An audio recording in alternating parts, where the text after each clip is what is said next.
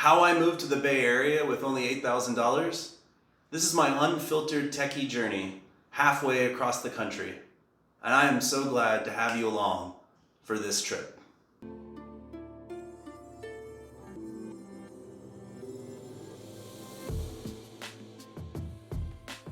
Hey, welcome back. My name is Blake, and I guide those on a spiritual journey to answer the questions they didn't even know they had. Today we're going to be talking about my journey to the Bay Area. It's a tale of chasing your dreams, following your passion, not really having much money or knowing what's going to happen, but finding out that sometimes the journey is the most interesting thing. So join me on this. I'm really excited to share it with you. So my story begins in Kansas City, Missouri. I had just about turned 30 and I was let go from my job.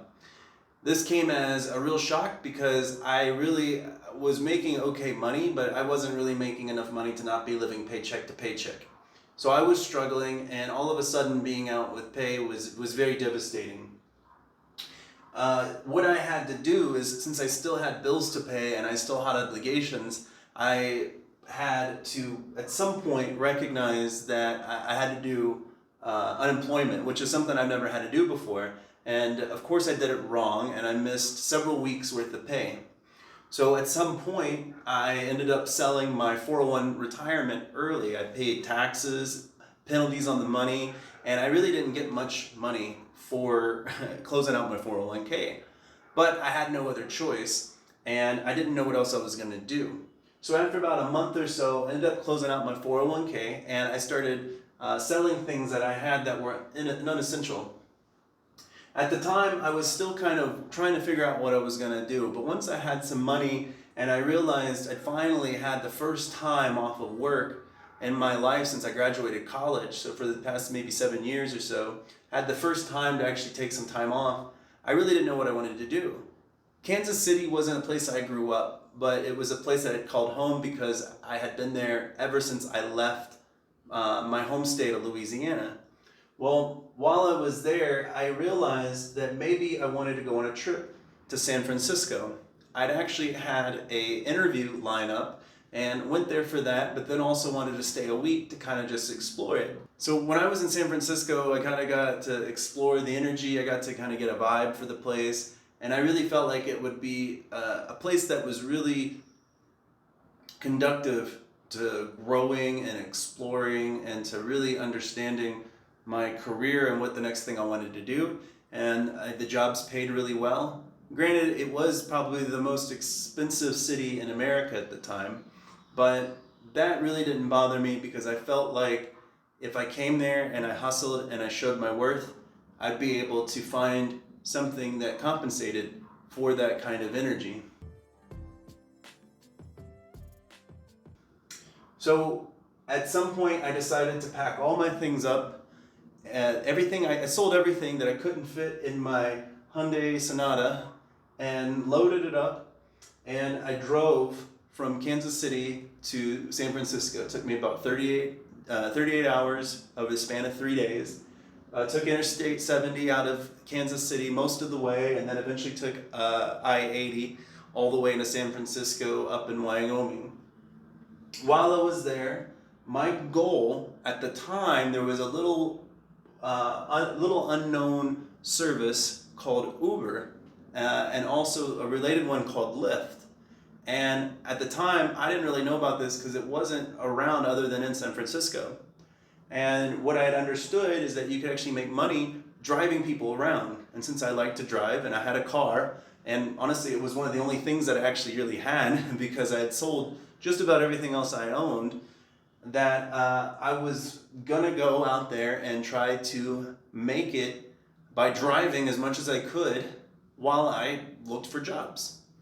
And while I was there, I spent a couple of weeks getting my California driver's license. Once I had that, I was set to work and pretty much got to work right away. When I was living there for the first few months, I stayed in a lot of hostels. I stayed in hostels downtown, I stayed in hostels on the edge of the city, and then for several months I actually stayed in a hacker house. They did a whole bit on this, I think, on Silicon Valley a few years back, which was just like a hacker house was basically a bunk bed in a bunch of individual rooms with a bunch of other tech nerds who were also trying to break into the industry in San Francisco. I was typically one of the older ones there, but it varied quite a bit. And it was a really cool community. It was a really cool experience. I was there for like a little over a month, and before I started kind of going other places, and before I finally found a place to live in the city. So the original plan with the original $8,000 I brought didn't last that long. Now, I was making, when I was driving Uber Lyft, about the 50 hours a week, 60 hours a week that I was working, I was making actually pretty decent money. This was like what they would refer to, this was in 2014. So this was the golden era of rideshare, because the platform was taking a loss. They were trying to get people on. They weren't taking any fees, commissions out of our money. So that summer we were making 100% all money. So I was making about $1,200 a week. Now that's pretty good money, especially when I'd already brought some money with me, but still for San Francisco it was not enough. And then I still had to put gas, I still had to service my car, and I was putting so many miles on my car. It was ridiculous. But this would go and stretch, and there would be job interview after job interview, and I would be faced with rejection after rejection after rejection. It was a pretty hard process. There were some interviews that were better than others, and I did actually find some jobs that seemed like they were going to go forward. They liked me, I liked them, and there were just other candidates that were more suited, or they just sometimes closed the job. They didn't really want to move forward with it anymore. Variety of reasons.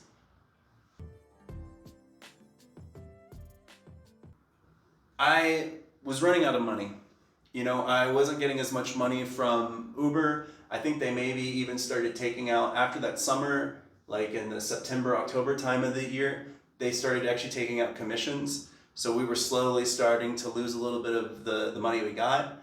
I was starting to burn out. I wasn't really capable of driving 50 hours, 60 hours as much as I was when I first started. It became very monotonous.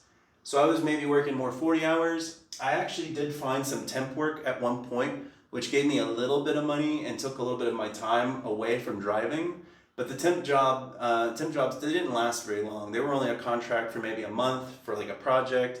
We did the project and moved on, and then they didn't really want to keep on staff. So I basically, towards maybe like November, late October, November, I started having credit cards max out because I was living off of credit cards and I was running out of money.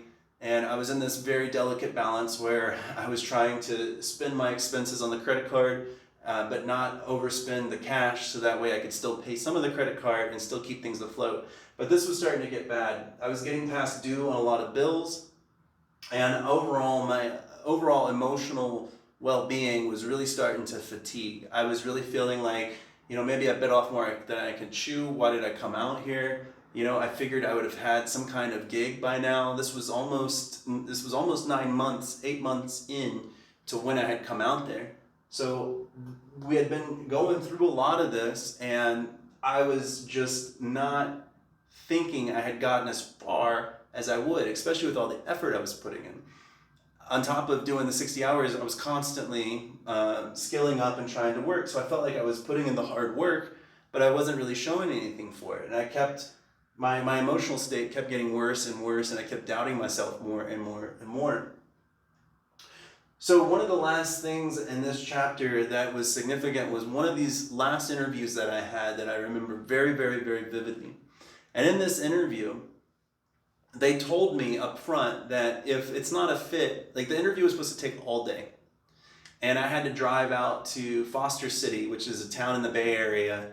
It's a little bit a ways from the city, but I had a car. I drove all the way out to Foster City, and to get out to Foster City, you have to drive along the San Francisco Bay. You have to go down a ways to this like little city park area, and it's just a bunch of office buildings and stuff. So I go down there, and I'm supposed to be there for the whole day, And they told me though that if they didn't think that the job was a good fit, that they were gonna terminate the interview early and just not waste each other's time.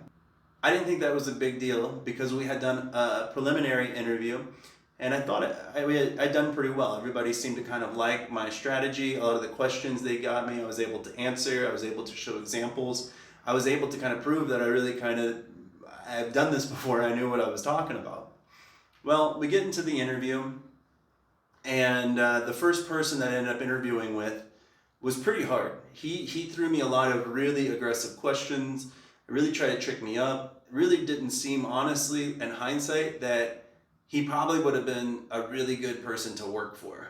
And I think he was looking for somebody that would really respond either to his work style or something else. It was not a good fit. But I was desperate for work, and I really wanted to have something to try to get my foot in the door. And after he left, the recruiter came in, and she basically informed me that the interview was going to be over.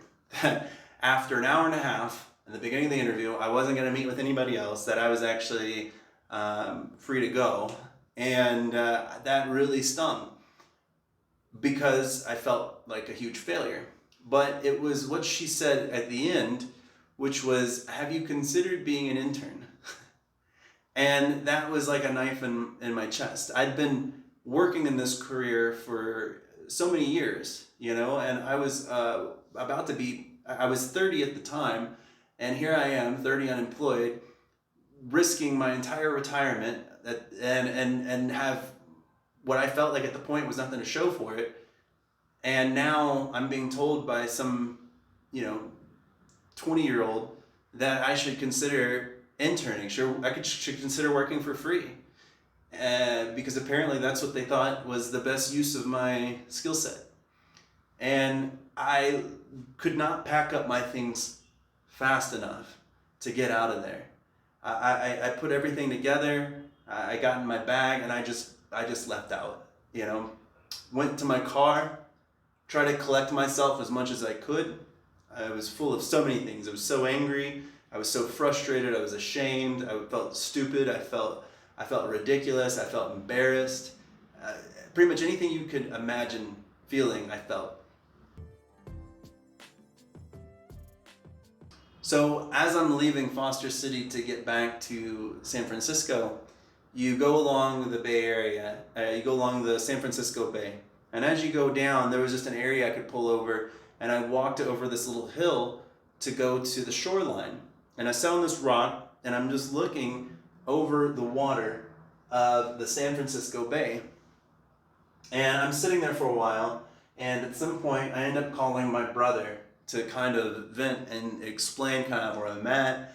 He's always been kind of the person in my life that I can usually tell these kind of complicated things to be like, I don't really need answers. I just need more or less somebody to help me realize that I'm not crazy.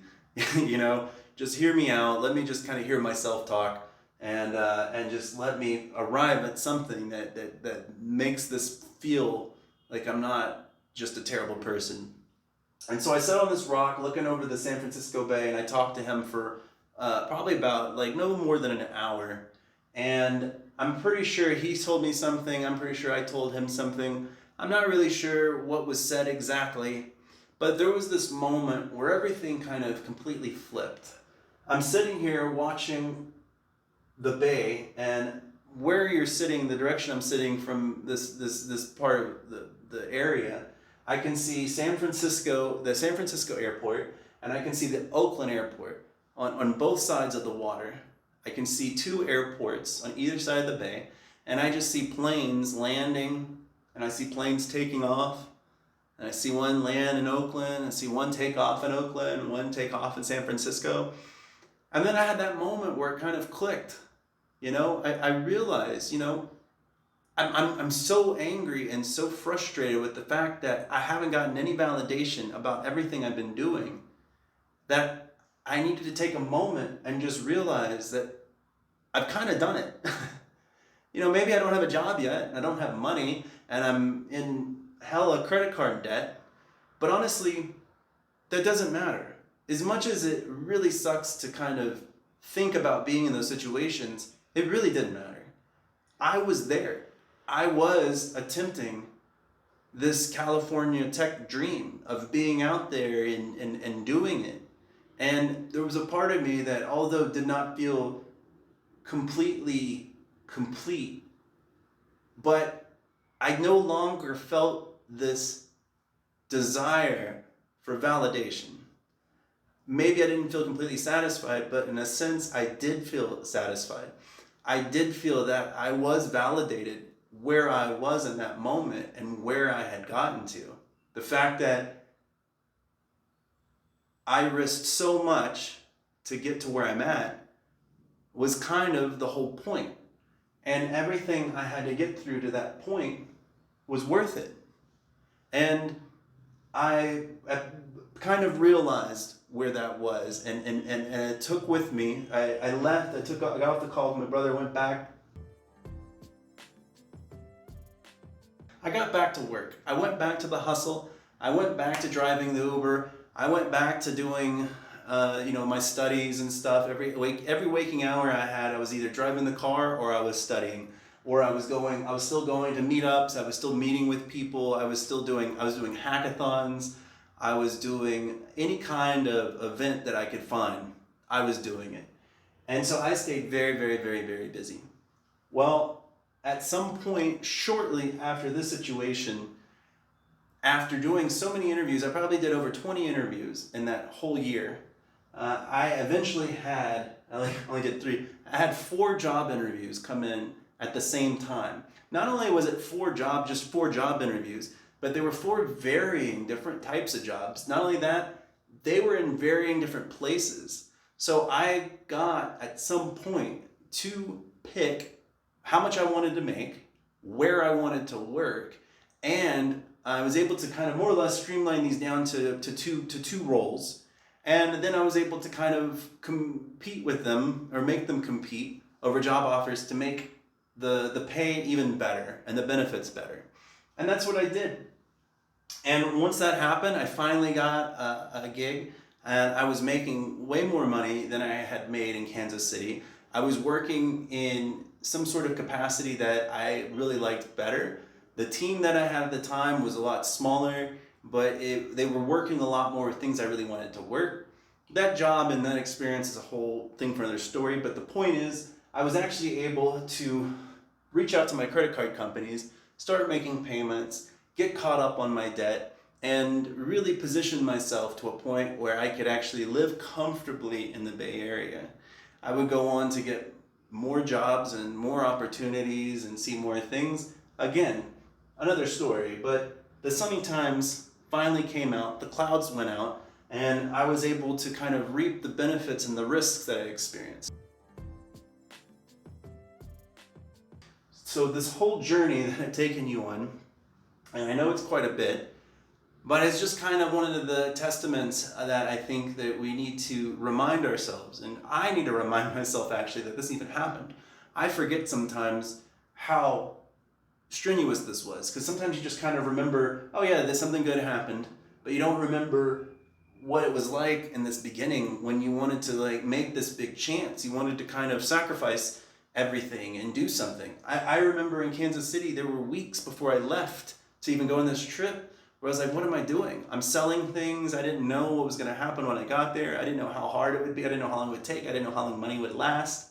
So many things unanswered. I didn't even know how soon I could get a California driver's license.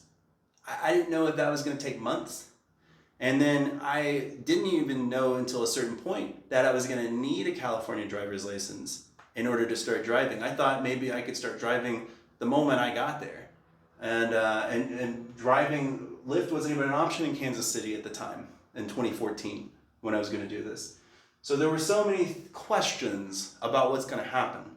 And I wasn't really in a position to do anything else because I didn't really have family in Kansas City. I didn't need to stay there. I just knew that I needed to do something different. And I knew that I wanted, if I was ever going to go to San Francisco without a job before it, this was the opportunity to go make that thing happen. because I had a much better, I don't think if I had sat around waiting for an opportunity, it would have ever happened. I'm sure after 5 or 6 interviews, I probably would have given up because it was too hard. But the fact that I was there and that I was forced to bear all of this journey forced me to get to the destination that I really wanted. I wanting that life and wanting those experiences. And so even today, I find myself in a lot of stressful situations, a lot of challenging situations, where I'm really having to do things in ways that I never thought I would, and really kind of push myself to go out there and make things happen. And so I'm really, really excited to be where I'm at and be doing these things. And it's a good reminder sometimes to recognize that the end result is not always clear.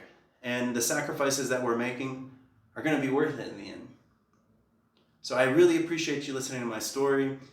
Let me know if this resonates with you. Let me know what your Hail Mary story is. There's got to be some people out there with real interesting little anecdotes about things that they did that they thought were crazy that ended up just working out beyond their dreams. Or maybe you're in the middle of trying to do something right now. Either way, I want to hear about it. I want us to talk about it and learn from each other. If you could give this video a like, share, and subscribe to my video, I'd really appreciate it. I really look forward to seeing you in the next video. Thank you. Have a good day.